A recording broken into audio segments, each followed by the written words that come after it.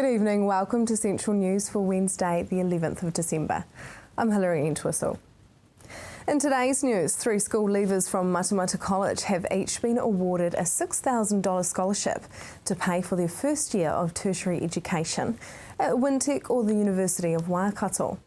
Their windfall comes from the David Johnston Charitable Trust Science and Education Scholarships, one of the most significant scholarships awarded in the Waikato in terms of the number of students it assists every year. Taylor Carson says she is very grateful to receive the scholarship.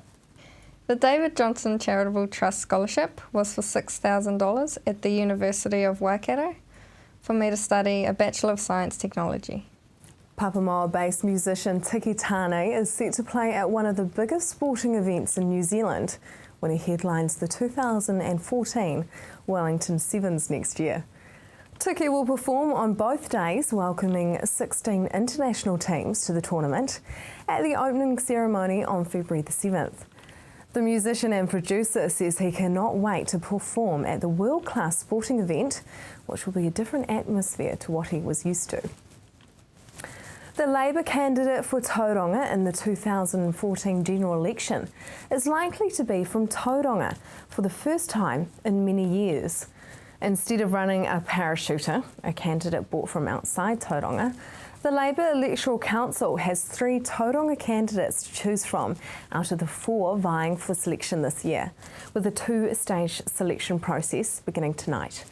Secretary-Treasurer of Tauranga LEC, Des Vies, says membership numbers have doubled during 2013 and were given a boost by recent visits to Tauranga by the new leader, David Cunliffe, and the former leader, Helen Clark.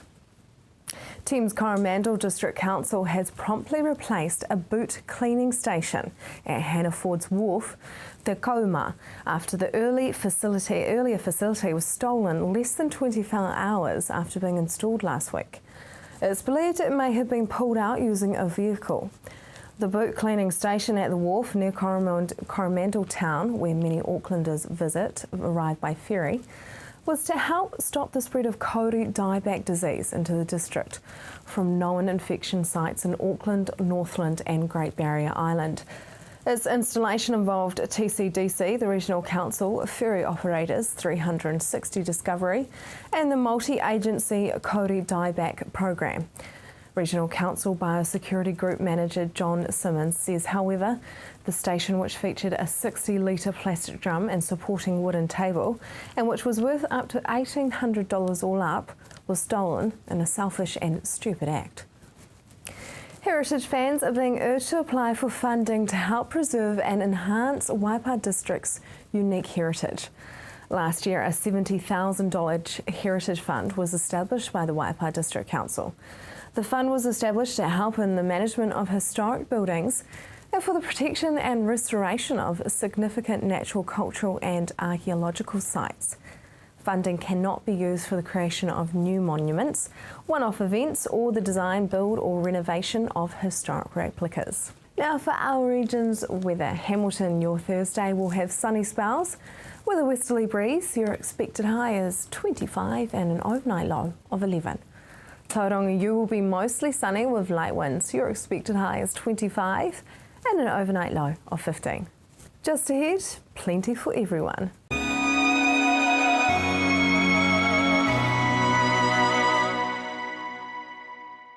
Welcome to Central News on TV Central. Tourism Bay of Plenty has started their new campaign, Plenty for Everyone, focusing on the laid-back sophistication of the region. Tonight we discuss some of the tourist attractions they are focusing on for the campaign. Well, we're not focusing on tourism attractions. It's a hook and spend approach we're taking. It's about building the brand up of the region and the feeling of the region. So we haven't focused on any particular operators. So effectively, it's a little bit like promoting a Bridge Street in Melbourne, for instance. You promote the destination to come to, and it depends on how those shop owners dress their shops. And it's a similar way that we approach it for the tourism operators here. They get here, and we promote to them once they're here what they can do. And how do you promote that once people are here? Well, obviously we have the eyesight. We also work through collateral called our visitor guide, and that can be picked up with a whole number of organisations and agencies within the region. So that's how people they discover the collateral, they go through it, they thumb through it. The Tauranga City Council, for instance, are having ambassadors walking around those hot spots this year, and again that's another mechanism which we promote those activities that people can get up to. Those ambassadors have been around for a couple of years now. Are they successful? Yeah, they are. I mean, the feedback we get is fantastic.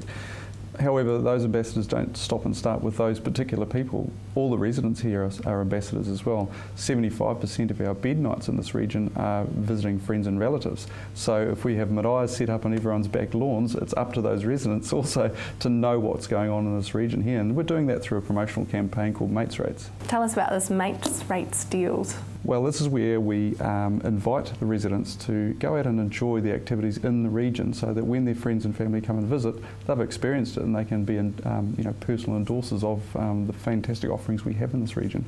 And what are the kind of attractions that you're going to be doing that with? Well, I mean, if you look at, say, something like Waimarino, for instance, all their offerings that they have out there, we've got the brand new Experience Convita that's just recently opened, which is a fantastic operation to go and see. The likes of Kiwi 360, we've got obviously a lot of free attractions like our beaches, so it's all about promoting all that breadth of what we've got. We've got lots of wonderful watering holes that even some of the residents don't know about. So yeah, there's a really wide offering here that needs to be discovered. What are some of the ways that you hope to encourage more spending in the Bay? Well, that's the two initiatives at Tourism Bay of Plenty. We have two initiatives, which is having more people come to stay here longer and to get them to spend more. And that is about quality offerings and lifting our quality offerings in here. And off the foundation of the cruise ships, I think it's giving a lot of confidence for tourism operators to start building and improving on their offerings. And we're starting to see that happening again. That's evident in Experience Convita investing their money into the tourism industry as well. What makes a tourist attraction a quality tourist attraction? Well, I will steal a phrase from one of our operators who says that we're not about giving our visitors a warm bath experience. It's about them walking away from this place really feeling that they have experienced that attraction or this environment in its purest form, and to be aligned with our land and our offerings, because the abundance that this area offers is true to its word, and that's what we like to promote, and that's what we like our operators to promote and our visitors to experience. And as part of the campaign, you were planning some social media things. What are these? Well, they're the traditional ones, and around your Facebooks and your Twitters and all those type of activities. And so what we're trying to do is engage with those people, and they are competitions where they take photos of themselves, selfies as it's been called now, enjoying the environment here and posting them through to us, and of course we'll let the world know about that. The other things that we're doing is we've got a very heavy PR campaign going on. We were getting a lot of food writers and travel writers coming down here during the season to come and write and tell the world about how wonderful this region is. Now, winter is quite a hard time for most places. Have you got a campaign for them? Yeah, it's a challenge for all regions to have a 365-day-a-year proposition as our target. The lowest hanging fruit for us is largely in and around events and conferencing. So that's what we're targeting on, and the agencies in this region here are working very hard to see how we can build particularly events and grow those events that might be at the moment undershooting themselves, and we can help develop them. Now tell us a little bit more about the TV commercial. I mean, how many days did it take? What kind of people did you use? Well, it was a big challenge. You know, it's the first time in over a decade that this region has developed a TV commercial. I mean, the challenges were around scoping out talent and locations and trying to get the breadth of the region and capture that in a can. It's not easy. However, we're very proud to know that we've got residents here that were willing to step up and be the talent, which is a great thing, show the real residents. And for them to recognise each other too, I think it's quite fun. Finding locations, we had a lot of help from companies like Repertoire and Mount Maunganui, who put 5 or 6 hours aside in their store to allow us to film in their store and get it just right. Capture the lights, capture the talent, capture that natural smile, and that's what this region's all about. It's about sociability, and it's about smiles and genuine engagement, and I think we captured it. To find out about the campaign and the fun things to do in the Bay, visit tourismbayplenty.co.nz. Coming up next, it's the SAFE appeal.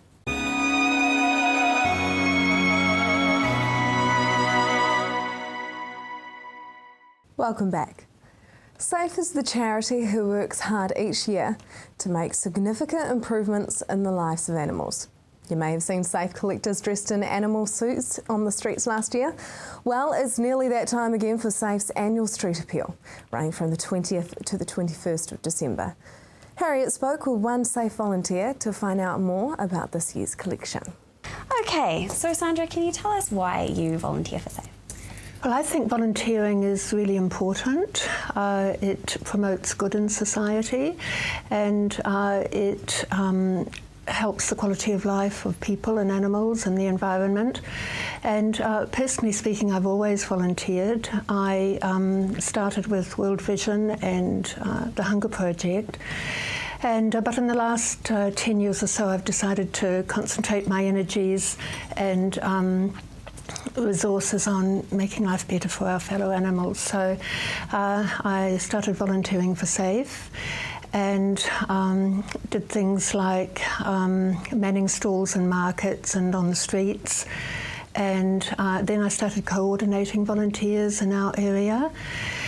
And I've always written a lot of letters to the editor on animal issues and had some opinion editorials published as well. Yeah. I love birds also, and I'm a committee member of the New Zealand Bird Rescue Trust, and I also volunteer at the Green Bay Centre. Wow, it's great that you're out there making such a difference. Now, tell us how important this National Street campaign is. Right. It's really important because without it we can't do our year's advocacy for the coming year. We don't get any support from the government at all, no funding. And that means that we rely on the public, the goodwill of the public. And this is the one time of year where we are allowed to ask questions, to ask for donations from the public. So we have to make the most of it. Obviously, the more volunteers we have out there collecting money, the better it's going to be for the animals. And what does the money raised during the street appeal go towards? It goes towards raising awareness and informing the public about animal issues. It also raises thoughts about animals themselves, their inherent value, and is it right that we can do what we like with them? We eat them, we hunt them, we confine them in tiny cages where they can't turn around and they never see the sun on light of day. We torture them in labs, we destroy their habitats, we destroy their family lives, and so SAFE asks these fundamental and important questions. Money also goes towards TV campaigns. There's a campaign recently about factory farming where celebrities such as Kevin Milne and Sir Bob Jones and Robin Malcolm are speaking out against factory farming. That's been very effective. Yeah. And we lobby the government, we organise public submissions on animal issues, and we do lots of other things besides. And it's great that SAFE is really making such a difference out there. Yes, I now, believe it is. In past years, we may have seen collectors out and about wearing animal costumes, which grabs a lot of people's attention and definitely is something to remember them by. So what's that all about? Yes, well, as you say, it grabs attention and people come up, kids come up, and so conversations are started. And so from that point of view, it's very effective. It's also fun. Personally speaking, when I put on a pig suit or a chicken suit, I try to think that I'm kind of entering into the skin of the animal and feeling as they feel, because they do feel. Animals feel. They feel hot and cold and hungry and thirsty and tired and irritated and depressed, just as we do. And most people don't like to think about that because no one likes to think they're making animals suffer. But SAFE doesn't turn away from asking those questions. Mm-hmm. Now, if we wanted to help out in the form of perhaps being a collector ourselves, how would we go about that? We can go to www.safe.org.nz, and all the information is there, including a telephone number that we can ring. Fantastic. And why would you encourage people to get involved with SAFE in some way, whether it be as a collector or perhaps just giving a financial donation? If we care about animals, and if we care about our society in general, the SAFE has a wonderful team of people, but the core staff is very small, and there's no way we can make a difference without the volunteers. Volunteers are so very important. So I would encourage anyone who cares about animals to get out there and to do some volunteering. It would be wonderful if we could have more volunteers for the annual appeal that's coming up.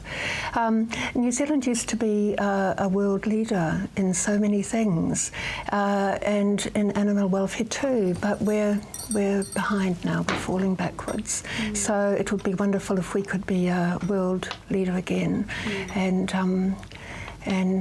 do something about, for instance, stopping factory farming. It would be a good start. So what time will the collectors be out on the streets? On Friday the 20th from 7 a.m. to 8 p.m, and also on Saturday from morning until evening also.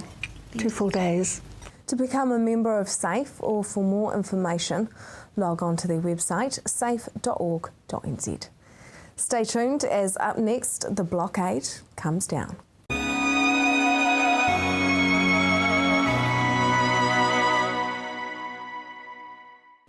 If you've just joined us, welcome to Central News. Last year, the Matamata eyesite was transformed into a Hobbit-style building, and the opening brought even the Prime Minister to the town. The new eyesite was such a success and stopped that much traffic, they decided to extend the building and the Hobbit facade and to create an area for tourists to gather. Earlier today, the extension was officially opened. So how long has the eyesite extension taken? 3 months. And why did you guys want to extend? I mean, you've already had a little bit here, so why did you want to extend it? Last summer it became apparent that we had no option but to extend it because we had wall-to-wall people, and we expect a lot more people this year, so to fit them we need to extend. And you said that a lot of the visitors last year were unintentional. Yes, because a lot of the overseas people already had their trips booked and the movie hadn't been released, the hype around the whole set wasn't out there. So now that is, they're intentionally booking to include Matamata as a destination. We are quite clearly a destination now on everybody's itinerary. What do you reckon it's going to do for the economy? For the local economy, it's fantastic. More people milling around, shopping.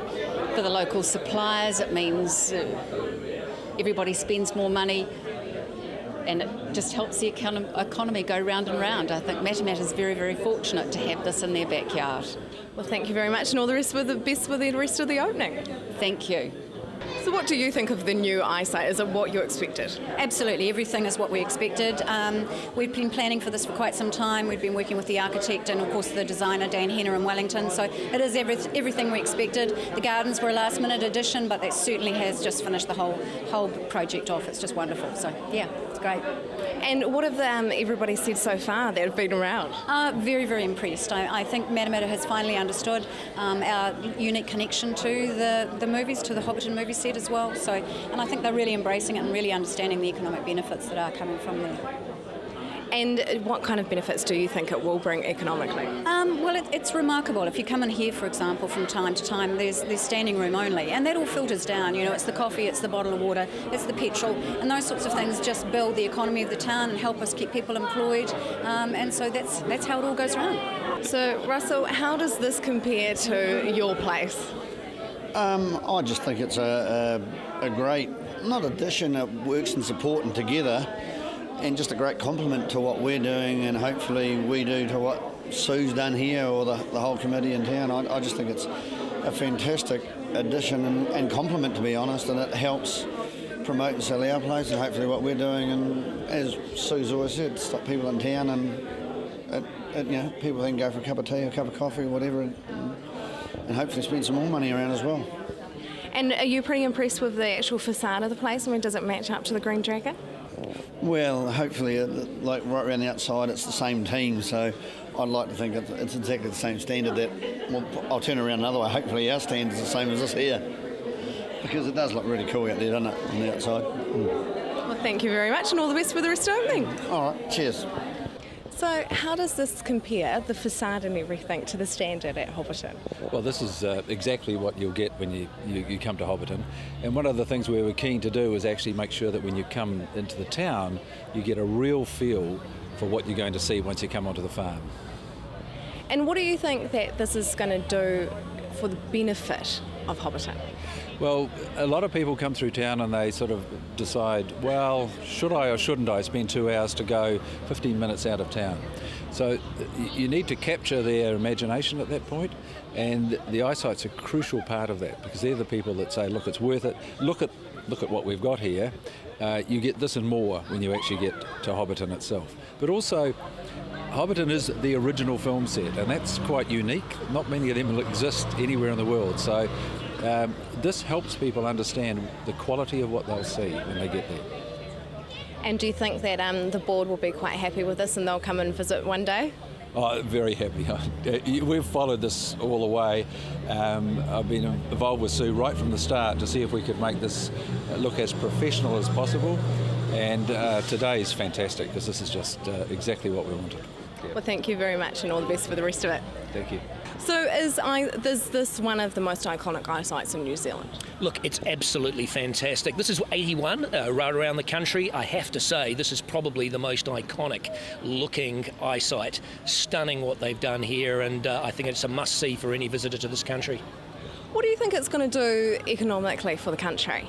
Well, look, economically, the whole Lord of the Rings, Hobbit trilogy, Tourism New Zealand has spent an awful lot of time and energy and money promoting that. Air New Zealand, we're really keen to leverage Middle-earth. We are 100% Middle-earth, and visitors are going to want to come to New Zealand, right around the country, in fact, but most of all, they're going to want to come to Matamata and Hobbiton. So I think the economic downturn, or the economic flow-on effects from this, even for a small community like Matamata, you'll see the cafes, the restaurants, the motels, even the little corner grocery shop. They'll all see the value from visitors who want to drive around the country, spend their money and see as much of the country as possible. This place will stop them in their tracks, and I think that's really important, not just for Matamata, for the whole Waikato Bay of Plenty region. And do you think that this is going to tie in nicely with Hobbiton? Do you think they've done a good job at linking it in?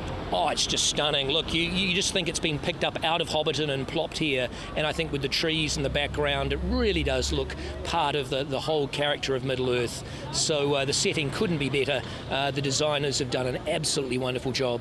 What an amazing job they've done. That is Central News for your Wednesday. Email us at news@tvcentral.co.nz or like us on Facebook and let us know if you have any of your own news you would like us to cover. Join me again tomorrow night when we find out about a new boating app and we'll see what the logistics are of swapping tigers. I'm Hilary Entwistle. Have a lovely evening.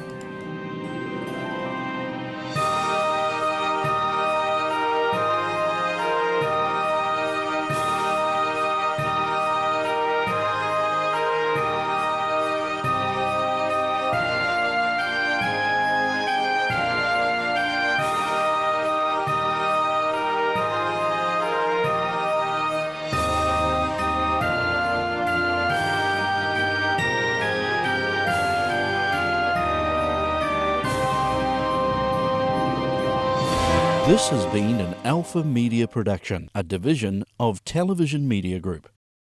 Supporting local content so you can see more of New Zealand on air.